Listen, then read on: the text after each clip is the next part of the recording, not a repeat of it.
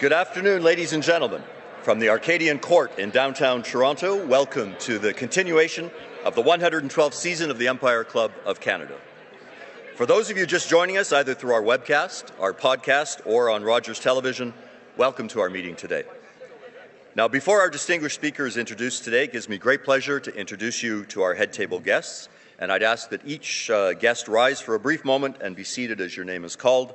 And I'd ask that the audience please refrain from applause until all head table guests have been introduced. So, I was going to say in no particular order, but we will start with the most important man of the day, our guest speaker, Mr. Jan Westcott, the President and CEO of Spirits Canada and the Association of Canadian Distillers. Mr. John Maxwell, the owner of Allen's Restaurants. Mr. Don McCabe, the President of the Ontario Federation of Agriculture. Mr. Joel Toguri, the Director of Operations for Glaziers. Ms. Barbara Jessen, the President and CEO of Jessen Communications and a Director of the Empire Club of Canada. Mr. Neil Curry, the General Manager of the Ontario Federation of Agriculture.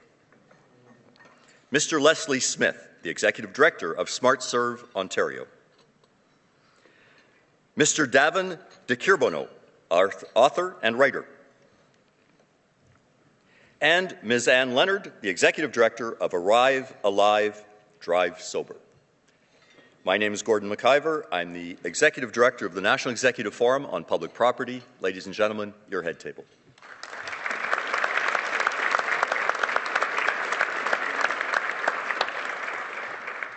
Many Canadians can recount at least one story relating to the legendary drinking bouts of our first Prime Minister, Sir John A. Macdonald, who had a voracious and unwavering devotion to alcoholic beverages of all kinds.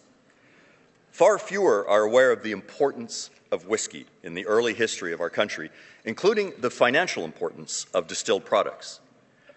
There is an entire period before Confederation during which whiskey and products like that were actually paying enormous amounts of taxes. In fact, pre-Confederation, a single distillery, Gooderham and Worts, paid more taxes than any other body in all the territories that would later become Canada.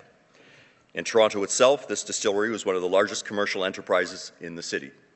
So, it begs the question, did people consume more spirits back then? The answer appears to be an unequivocal yes. And statistics show us that during Sir John A.'s time, every living soul consumed on average 4 gallons of alcohol each year in the young nation. And one can assume that women and children drank less than the menfolk, which means that the number would have been far higher for them. Now, being large consumers led to a wide variety of high-quality products emanating from J.P. Weiser, Hiram Walker, the aforementioned Gooderham and Worts, and many others. Throughout this history, Canadian whisky always occupied a very special place, as it was universally recognized for its distinctive taste and its high-quality smoothness. This is in part due to the practice adopted very early of adding small amounts of highly flavorful rye grain to their mashes, leading people to refer to the product as rye whiskey or just plain rye. Soon, this distinctive taste had fans all over North America and eventually across the entire world, as referenced in countless historical speeches from this very podium at the Empire Club. For example, in 1970, we had a rather famous address by he was considered the marketing guru of Canada back then. His name was John Strayton. He was the president of Ogilvy and Mathers. Some of you may remember that. And this gentleman, as one of the leading consumer product experts of his era, surprised his audience by informing them that rye was a very big deal for our American cousins south of the border. Here's the quote from that speech in 1970. "We once tested some advertising ideas for a stereo set in Toronto and in Chicago. The phrase 'made in Canada by Canadian craftsmen' was actually rated better in Chicago than it was in Toronto. I know that Canadian whisky is the biggest selling whisky in the U.S. They like our spirit somehow." Not surprising then that Barack Obama made sure that there was some Canadian whisky used in preparing the state dinner he recently offered for our Prime Minister and his delegation, a fact that was certainly not lost on Canadian media. Nor is it surprising that Canadians now better understand the importance of distilled products and how their country has excelled at this from the very beginning. culminating this year when a Canadian whisky, Crown Royal Northern Harvest Rye, was honored all over the world when it was named the 2016 World Whisky of the Year. To mark this occasion and to recognize the historical, financial, and cultural significance of rye, a quintessentially Canadian product of iconic status, the Empire Club is absolutely delighted today to welcome to its podium Mr. Jan Westcott, the President and CEO of Spirits Canada, who will explain how we got to being distillers, who are now beating out the Irish and the Scots at their own game in the awards department, producing what is now officially considered the best whiskey on the planet.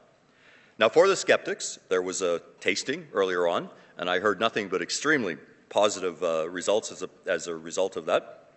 And of course, it is, for those who are history buffs, we will toast to another supreme Canadian success story that's all too often more known in other countries than right here at home in Canada. Canadian whisky has been an important part of our history, our politics, and our identity. And while few would want to indulge in the excesses of some of our forefathers, it deserves to be appreciated by far more Canadians than it is at the present time. Jan Westcott has represented the Canadian distilling industry since 1998 and was a key player during 3 major milestones for Canada's beverage alcohol business. As president of the Canadian Wine Institute, he was part of key negotiations with the US and Europe, which set the stage for greater access to imported wines. He also represented the industry during the Canada-US Free Trade Agreement, helping to lay the groundwork for the enormous success currently enjoyed by the Canadian wine industry. During a US dispute before the WTO over Canada's protectionist practices, as CEO of the Brewers of Ontario, he participated in negotiations that led to significant changes to the availability of imported beers. He may well know more about the importance of the spirits industry to Canada's economy, jobs and wealth creation, and its integral role in Canadian agriculture than anyone else alive today.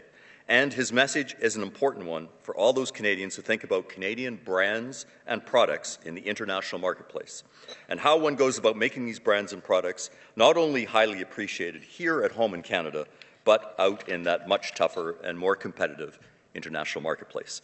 So, ladies and gentlemen, it is with great pleasure that we welcome at the Empire Club today Mr. Jan Westcott.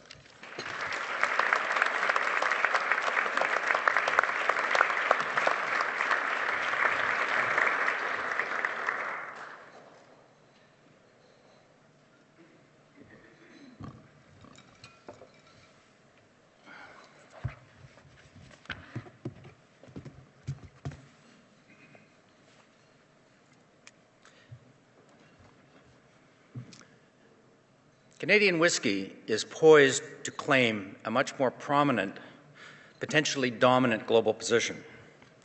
The only things standing in the way are our own structural impediments, self-inflicted wounds of the worst kind. Good afternoon, head table guests, Empire Club directors, ladies and gentlemen. Today, I'm going to talk about the enormous opportunity for Canadian whisky and other spirits produced in Canada, the obstacles that Canadian distillers face, and what we must do to eliminate those obstacles, the structural impediments of our own making, so that we can, together, maximize the opportunity for the benefit of all Canadians. As has been alluded to earlier, a few short months ago, Jim Murray, author of the renowned UK Whisky Bible, recognized Crown Royal Northern Harvest Rye as the world's best whisky for 2016. Yes, you may certainly applaud.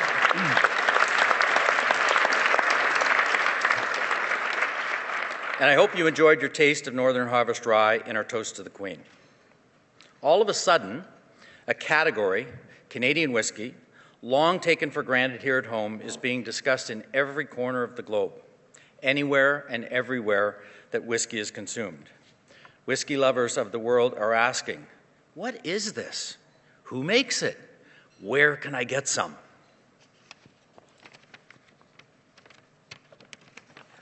Coinciding with Murray's declaration about Crown Royal Northern Harvest Rye being the world's best whisky has been a huge upsurge in overall consumer interest in brown spirits, especially whisky, and most particularly rye whisky. Distillers everywhere are responding to meet the exploding consumer desire for classic rye whisky as well as innovative new styles.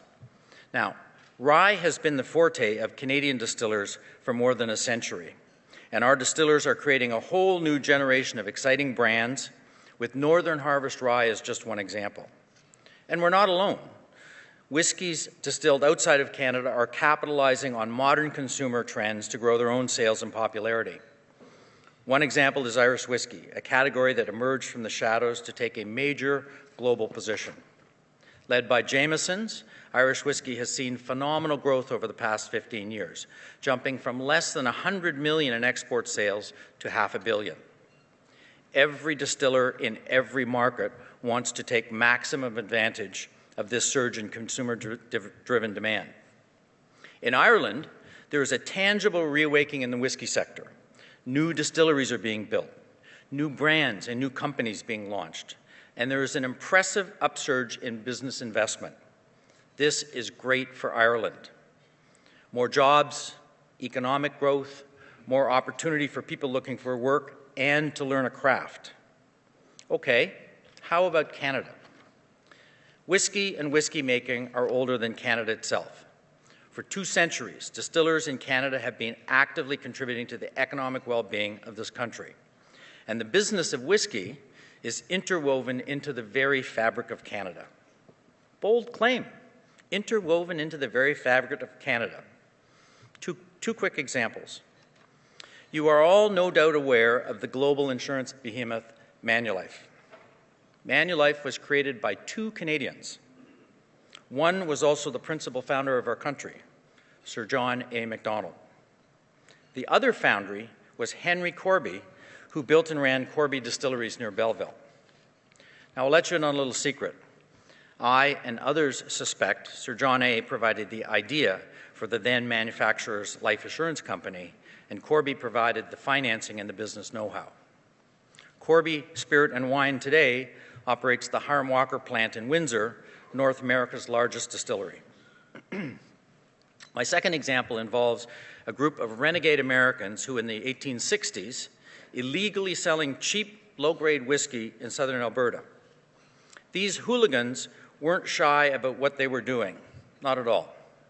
Their headquarters, situated in what is now Lethbridge, Alberta, was called by these American bandits, maybe appropriately, Fort Whoop-Up.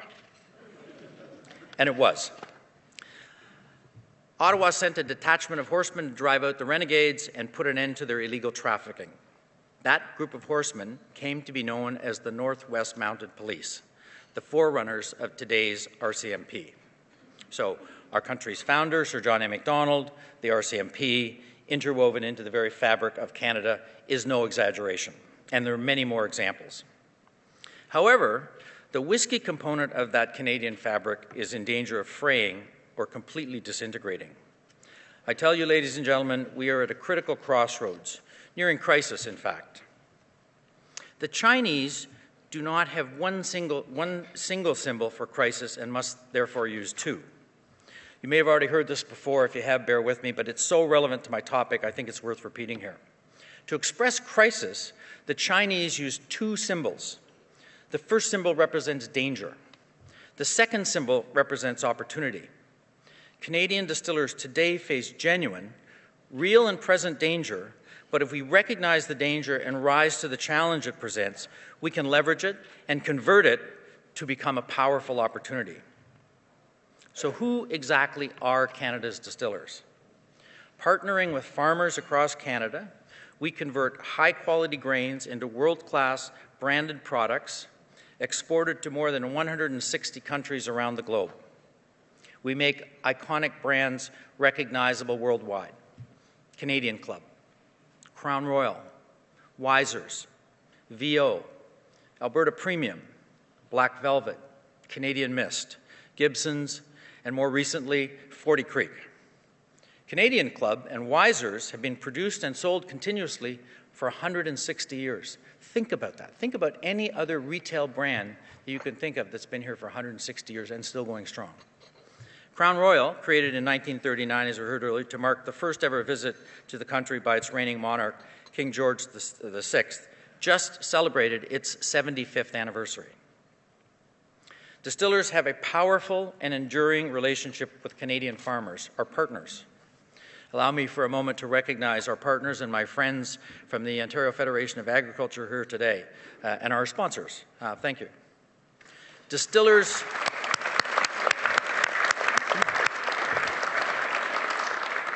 Distillers are significant users of Canadian grain.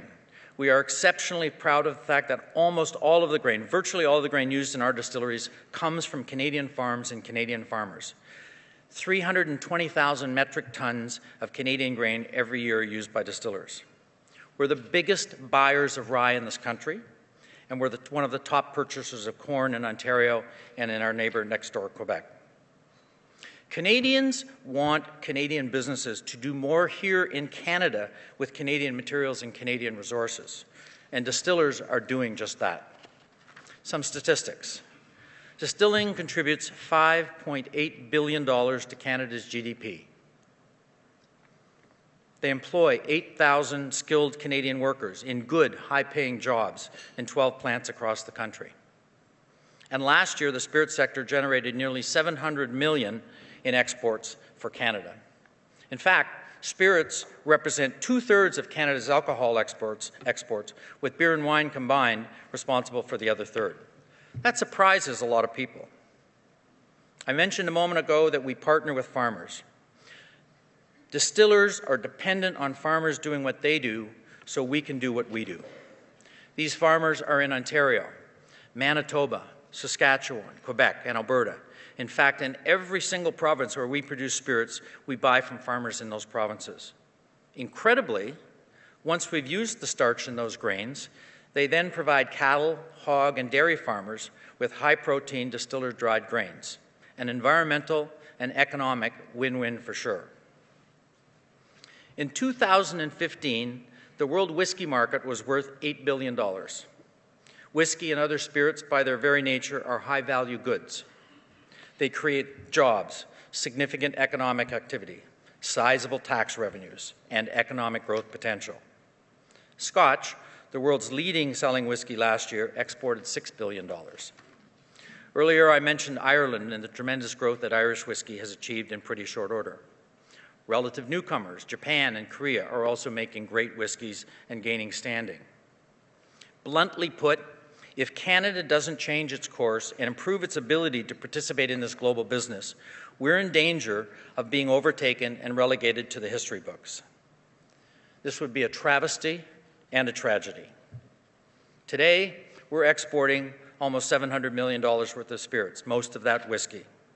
Based on what we project and the massive surge in worldwide demand and popularity of our truly world-class product, I'm convinced we should be well over $1 billion exporter, if not much, much more. This is a time of immense opportunity, but we must act on that opportunity before it's lost. I have a vision of Canadian rye whiskey ultimately becoming a $2 billion export. Imagine the benefits if that vision was attained. It can be done. Davin Kergemu, who's with us here today, wrote in his book, Canadian Whisky, A Portable Expert, Canada rightly lays claim to being one of the world's eminent whiskey-producing countries. We are responsible for many advances in the nature and quality of whiskey, not least the fact that Canada legislated aging distillate in wooden barrels long before any of its competitor countries. J.P. Weiser, Henry Corby, Hiram Walker were famed in their day for bringing quality improvements to whiskey far ahead of their competitors elsewhere. Got to make sure I get the right glass. As you heard earlier, Canadian whisky was for decades the whiskey most consumed by Americans. Beginning in the late 1700s, thanks to different European wars, Britain suffered shortages of spirits, shortages that the Scots and the Irish just couldn't meet. Fortunately, during this difficult period, Canada helped keep the Brits sane by providing a plentiful supply of Canadian whisky. You know, for a time, Canadian rye was among the leading selling whisky in the United Kingdom. We've done it before, we can do it again. Iconic brands, centuries of experience, refined craftsmanship, unique and distinct Canadian style and taste, the world's best whisky, global recognition of our superior quality, surging world interest, the best grains and water anywhere, and an evolving open trading environment giving us access to foreign markets once closed off to us. It's a perfect storm. We have every element necessary to succeed in ensuring Canadian whisky rises to meet this burgeoning opportunity. So, what's the catch? The catch is shackles here in our own home market that threaten opportunities for achieving major success on the world stage. With clarity, vision, strong leadership, increased government and industry collaboration, we can undo these impediments and leapfrog into a much more prominent, potentially dominant global position. Here are some of the structural impediments we face, relics of an earlier age. Governments impose a hugely disproportionate fiscal burden on spirits by taxing them at far greater rates than taxes on beer and wine. More restricted access of consumers to spirits, despite overwhelming evidence that modern consumers regard all alcohol beverages as virtually the same. That's a viewpoint supported by scientific data and opinion. Last year, the UK Chancellor of the Exchequer, in his formal budget address in Britain, stated, and I quote, "To further support the great British success story, the Scotch whisky industry, the duty on spirits will be cut by 2%. When was the last time any Canadian elected official made similar statements as to the value and importance of Canadian whisky to our economy? Seldom, if ever, do we hear a political leader speak to the value that spirits bring to Canada, the jobs they create and support, the role spirits plays in helping agriculture, farms and farmers and other suppliers, the value generated in earning much-needed export dollars. Politicians are not talking spirits or doing anything about the structural impediments. This has to change. We have to address the highly tilted playing field that spirits face. And yet, there are small, encouraging signs that the change has already begun. New small boutique distillers are popping up across the country for the first time in generations and are gaining attention. The emergence of small distilleries is positive, and there's no doubt that these new small spirits producers will help create increased consumer interest in spirits. We wish them well. But we must also focus on the bigger picture and bigger obstacles and getting rid of bigger impediments for all spirits. Like most countries, beverage alcohol sold in Canada attracts specific taxes simply because they contain alcohol. These take the form of federal excise duties and taxes, and in the provinces, liquor board markups and commodity taxes. In virtually every jurisdiction, governments levy far higher taxes on spirits than they do on beer and wine, and I'll give you a couple of examples. Federal excise duties on spirits are 200% of those imposed on the same amount of beer and wine. Twice as much tax on the identical amount of alcohol. In fact, in a flat market, federal excise revenues from spirits have soared 40% since 2006, in a flat market. The second example, in 2006, the Canadian wine made from 100% Canadian fruit was completely exempted from excise duties. Now, we appreciate the desire to aid Canadian vintners. I was a vintner for a long time. We appreciate the support they're being given. But we and our farming partners remain perplexed why wine products would receive such strong support for 100% Canadian fruit, while distilleries fail to receive similar support for 100% Canadian grains. Structural impediments are not only or even predominantly a federal issue. Every province taxes spirits far more heavily than they tax beer and wine, including, and this I find enormously ironic, beer and wine from other countries. In Nova Scotia, the posted markup on spirits is a whopping 160%. But in some cases, the total provincial load in that province is over 200% due to some highly questionable pricing policies that impose higher rates. In addition to lining its pockets at the expense of its own citizens, Nova Scotia is also diverting significant investment out of that province with its off-the-chart markups. Keep in mind, it's not like distillers can sell to Nova Scotians at a fairer price. The only way to consumers is through the Nova Scotia Liquor Board. Nor should other provinces be smug. Every province follows a similar pattern of imposing discriminatory taxes on spirits compared to lower taxes on beer and wine. Now, to be fair, We are seeing encouraging signs in Ontario and in Alberta where, for the first time, government leaders and officials seem sensitive to the unfair fiscal burden. In its last two budgets, under two very different governments, Alberta very significantly closed the gap between spirits, beer, and wine. And, much to its credit, Ontario's recent budget froze its markups on spirits, a development for which we are most grateful. We're encouraged that Ontario and Alberta are listening. It's a great start. We must do more. Why? Because we continue to see provinces provide easier, more convenient access to consumers for our competitors' products.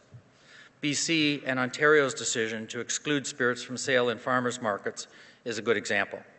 Another is beer and wine on sale on Ontario grocery store shelves, an option specifically ruled out for spirits in both BC and Ontario. Similarly, almost every province has given its local producers tax breaks and wider access to consumers, incentives systematically denied for producers in a neighboring province. These inequities further tilt the playing field against distillers and spirits. And these local advantages, conferred on what many call favorite sons, are creating a whole new class of interprovincial barriers, structural impediments right across this country. There's more. Our Canadian web of tax structure and over-regulation results in Canada's distillery sector having the lowest gross margins for spirits anywhere in the world. When you sell spirits in Canada, you make a lot less money than if you sold them elsewhere, dramatically less. We have a significantly weakened competitive stance. We're weakened competing with beer and wine, and are particularly weakened competing against our international whiskey competitors. Canadian governments appropriate so much of the spirits transaction that Canadian companies have far few dollars to invest. Money just isn't there to upgrade plants, to develop new products, to expand export markets, or to simply promote their products at home, never mind across the globe. Attracting investment capital to the Canadian spirits business is tougher than ever before. Our inability to match marketing dollars of leading competitors has already affected Canadian whisky's position. After dominating the U.S. market for nearly 80 years, in 2011, Canadian whisky dropped to second place as American straight whisky brands like Jack Daniel's and others ramped up their promotional activities and squeezed Canadian whisky brands down. We may be down, we're not out. But, and it's a big but, we must face reality and we must act. For things to change, we must change. If we keep on the current path, if we're unwilling or unable to begin to fix the inequities, to begin to eliminate the impediments, the opportunity to grow and prosper will be lost, potentially forever. Business doesn't stand still, neither must we. I want to take a moment here to publicly reinforce our industry's strong commitment to ensuring our products are used in the right way, by the right people, at the right time. Some of our partners in these efforts, Ann Leonard from Arrival Live, Drive Sober, and Leslie Smith from SmartServe, are with us today. Thank you for your good work. Keep it up.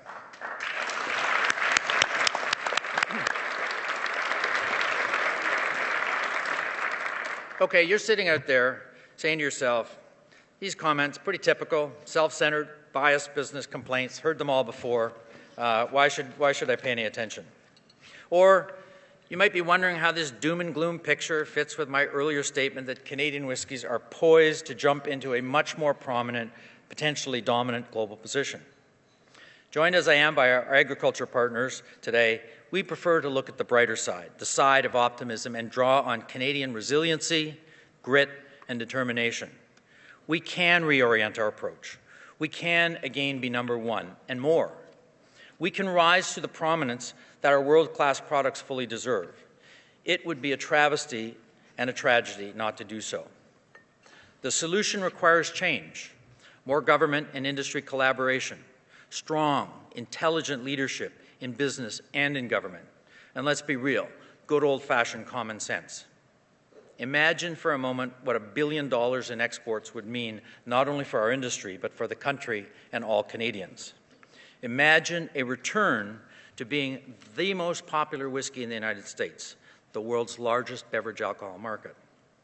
Imagine catching up with Scotch, Single Malt, Irish, and going toe-to-toe with bourbon. Imagine a return to the habits of the 50s and 60s and 70s when prime ministers and premiers never left Canada without taking along a case of Canadian whisky. It was a way to showcase Canada and a token of Canada's esteem and friendship. We need to return to those days when we were truly proud of Canadian whisky and what it said about Canada and Canadians. So, where do we go from here? Well, for starters, we're stepping out publicly to talk about the opportunity, to highlight where we can go and what we can achieve if we work together. Today is the first time this industry has addressed these issues and these impediments publicly. There will be many more. And you have a role to play. We need your help in spreading the word and conveying to governments, legislators, and regulators the risks and consequences of continuing on the path that we're on. Canadians value highly those things they see as distinctly Canadian. Canadian whisky is one of those distinctly Canadian tangibles that help describe and define our country. We have a world-class product recognized at home and all around the globe. Americans have patronized our whisky from the days of the Civil War through Prohibition right up to the present day. Canadian whisky and Canadian spirits are an element of Canadiana that all Canadians would lament losing. We have a fantastic opportunity to reposition Canadian whisky on the world stage.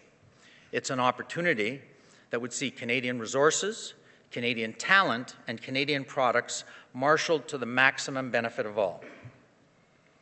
Ronald Reagan is well known for his statement, "Mr. Gorbachev, tear down that wall." Today, I make a similar call to action. Prime Minister, provincial premiers, tear down those structural impediments. Working together, let's elevate Canadian whisky to worldwide prominence. It's too good not to. Cheers.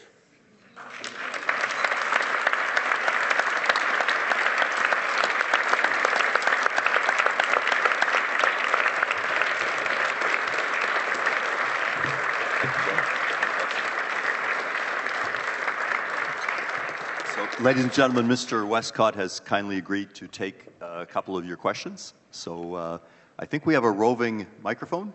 So if anyone has a question, just put your hand up and we will get to you.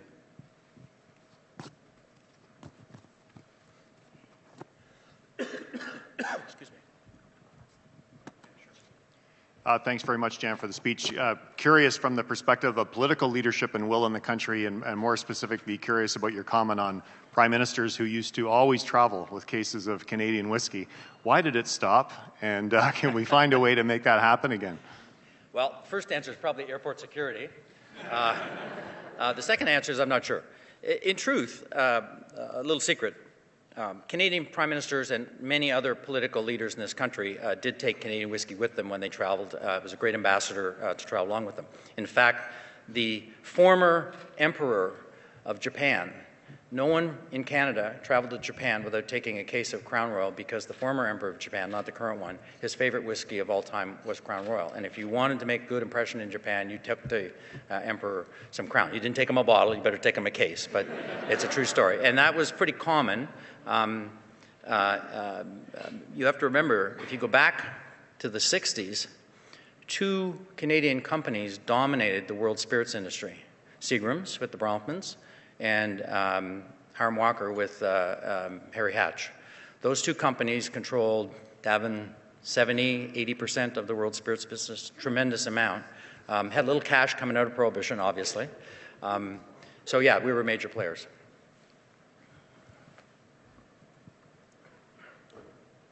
Gentleman right here. Great presentation. My question is why do you stop at 2 billion? I mean, Scotland's got a fifth the population, a sixth the population as we do. What is it that they have that we don't right now in the industry? I mean, there's diversity, but the grains, the water, the terroir, whatever Canada has, it seems like it could absolutely compete with that market. So if you're asking what they have in terms of competitors, that we don't have margin, which is just a short answer. We lack margin in this country. And it's not a new problem. It's been around for a while.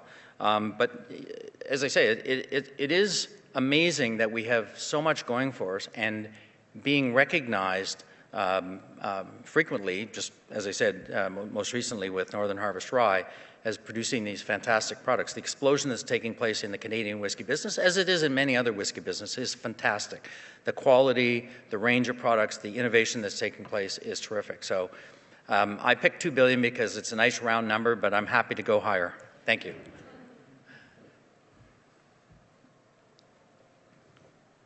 Anyone else? Jen, I wanted to sneak in a question. You talked, you didn't talk a lot about demographics of who's consuming whiskey now in Canada. And I know when I was growing up, I always thought of it kind of as an older guy's drink. Are women drinking whiskey now in a much greater amount than they did when I was a kid? Absolutely. They're not drinking it the same way. There are no rules. So, we've all been hearing about millennials and their attitudes and behaviors. There are no rules. What we did in our generation is what we thought was appropriate to consume at a particular occasion. That stuff is all gone. Women are drinking whiskey. We just came from a tasting last night that we did, Michael and I, and women were at the front edge of the crowd wanting to try things. Educated palates, keen interest in understanding it, and lots of interest. So spirits skipped one or two generations during the 60s, 70s, maybe into the 80s.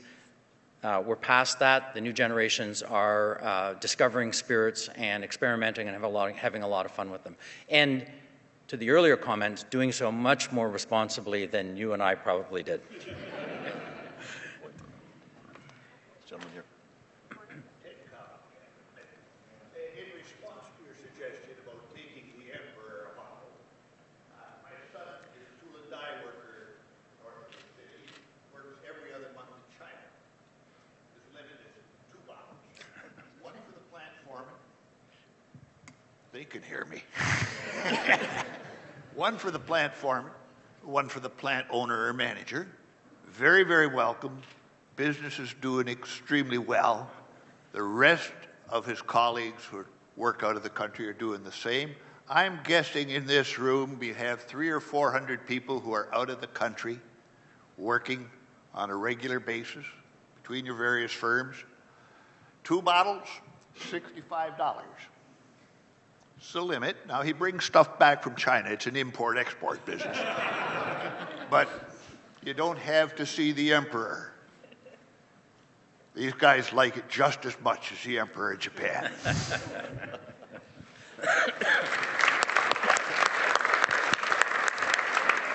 Did we have one final question back there, I think? Yeah.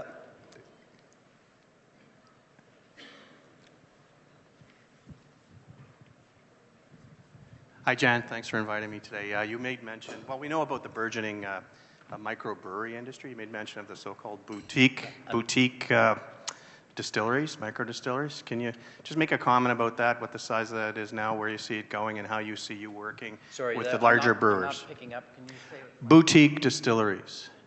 Boutique distillers? Yeah, where do you see them going? Where are they now? I imagine a lot of people don't know that they're even in the province. So when I joined the wine industry in 1984, John, 83, 84, something like that, Don Zeraldo and Carl Kaiser were just starting Inniskillen. Paul Bosk was just starting Chateau de Charme. Klaus Reef, was it Klaus? Was starting there. John was just starting to build Hillebrand. We watched the explosion of small wineries and the fantastic impact that they had on the business. I got recruited by the Brewers. Just as I joined the Brewers, we saw the creation of Toronto's own Upper Canada. John Sleeman was just in the process of opening Sleeman. So I've been at a very interesting point in a number of industries. I see no reason why small craft distilleries, boutique distilleries, I don't like the word craft. If you go into any of our distilleries, they have been working on developing this craft for hundreds and hundreds of years. I think boutique distilleries is a great name. And I think they're going to do well. They're going to add a lot to the category. They can innovate. We're seeing interesting new products. So I'm kind of excited about that development. We say two things to ourselves in our business, in the spirits business. One is we believe in competition. Competition makes everything better. You do have to have a level playing field in order to have real good competition. The second thing we say to ourselves is, and I stole this from Rick Fitzgerald, stand with the consumer. What that means is the closer you are to your customer, the more attention you're paying to the customer. Life may not always be rosy, but you will probably come through okay. And so those are the two things that we guide ourselves in the spirits business: competition and pay attention to your customer. Those will keep you out of trouble and probably deliver you a pretty good business. And I know lots of other have been sitting beside a restaurateur, a famous restaurateur, and I'm sure he breathes those things every single day. So those are good things in business, but those are what we do. So great future for small distilleries working together with everybody else. Thank you. Great. Thank you very much, Jan.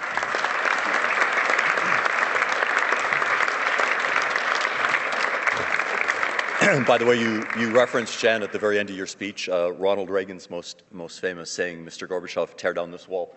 His second most famous saying was right here at the Empire Club. When he was on this stage, he started going out the wrong way, and someone said, "Mr. President, turn left." And he's turned around right in front of the microphone and said, "I've never been told to turn left in my entire life, and I'm not going to start here in Canada." So we were put in our place. Ladies and gentlemen, to express our collective thank you, I'd like to invite Don McCabe.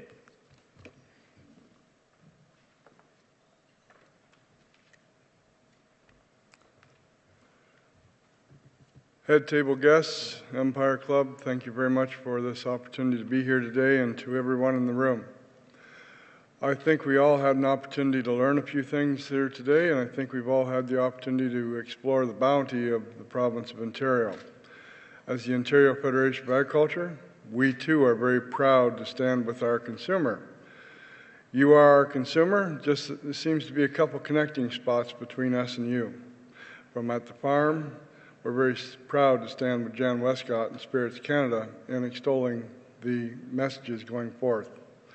The Ontario Federation of Agriculture has the opportunity to represent 36,000 farmers across this entire province. We feed into the Canadian Federation of Agriculture, which represents over 200,000 farmers. So the distilleries that Jan has alluded to and the market potential that he has is a definite need for Canadian farmers to stay in that issue of sustainability. For farmers, it's a very simple equation: profit, planet, and people. If we're not making profit, you're not going to find that grocery store quite as friendly as you do now. If we're not taking care of the planet, you would have been hungry a long time ago. And if we're not able to bring the goods out, you're not going to be able to employ the people that you do and explore the opportunities that you do in other ways. So as an Ontario farmer who's proud to be the president of the Ontario Federation of Agriculture, who is part of the #1 industry in this province, because I stress, if you think it's the automobile industry, go home and boil your bumper and enjoy the meal.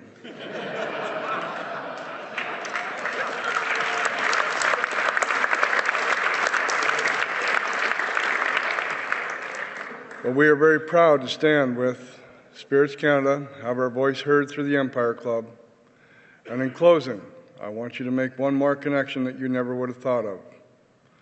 The opportunity to consume Canadian grains and the roots that those plants put down. Because in the coming, probably not the end of this month with that white stuff that's out there now, but next month, we will be employing technologies that are exceeding what's taking off from Pearson Airport right now in the form of an airplane to plant one corn kernel. That one corn kernel will hopefully be able to present itself in the form of about 4 to 5 to 600 to 700 kernels of corn on a cob. There will be roughly 30,000 of those cobs to every acre. Bottom line, at the end of the day, it is that bounty that allows us to stand with you, having the best food source in the future and the best product to enjoy while doing it. Thank you, Jan, for the hard work you do. Thank you, Empire Club, for the opportunity today. And the connection between all this is, when we put those roots in our country and those plants suck up that carbon dioxide, drink whiskey to battle climate change. Thank you.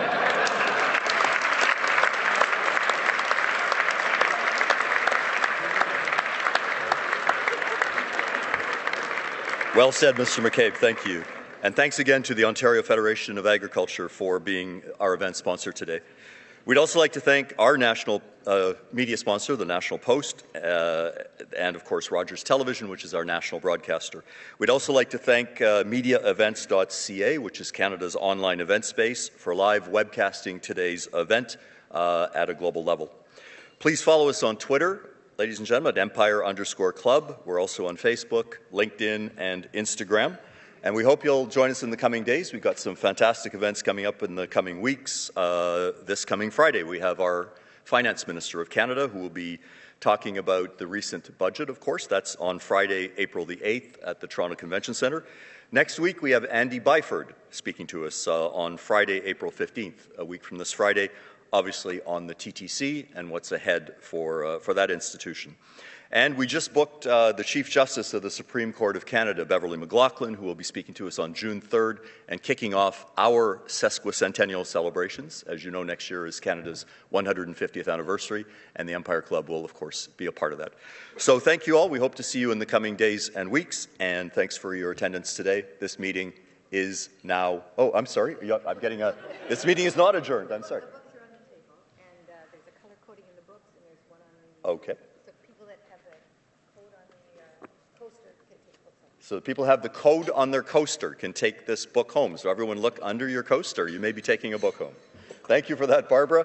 And thank you, ladies and gentlemen. This meeting is now adjourned.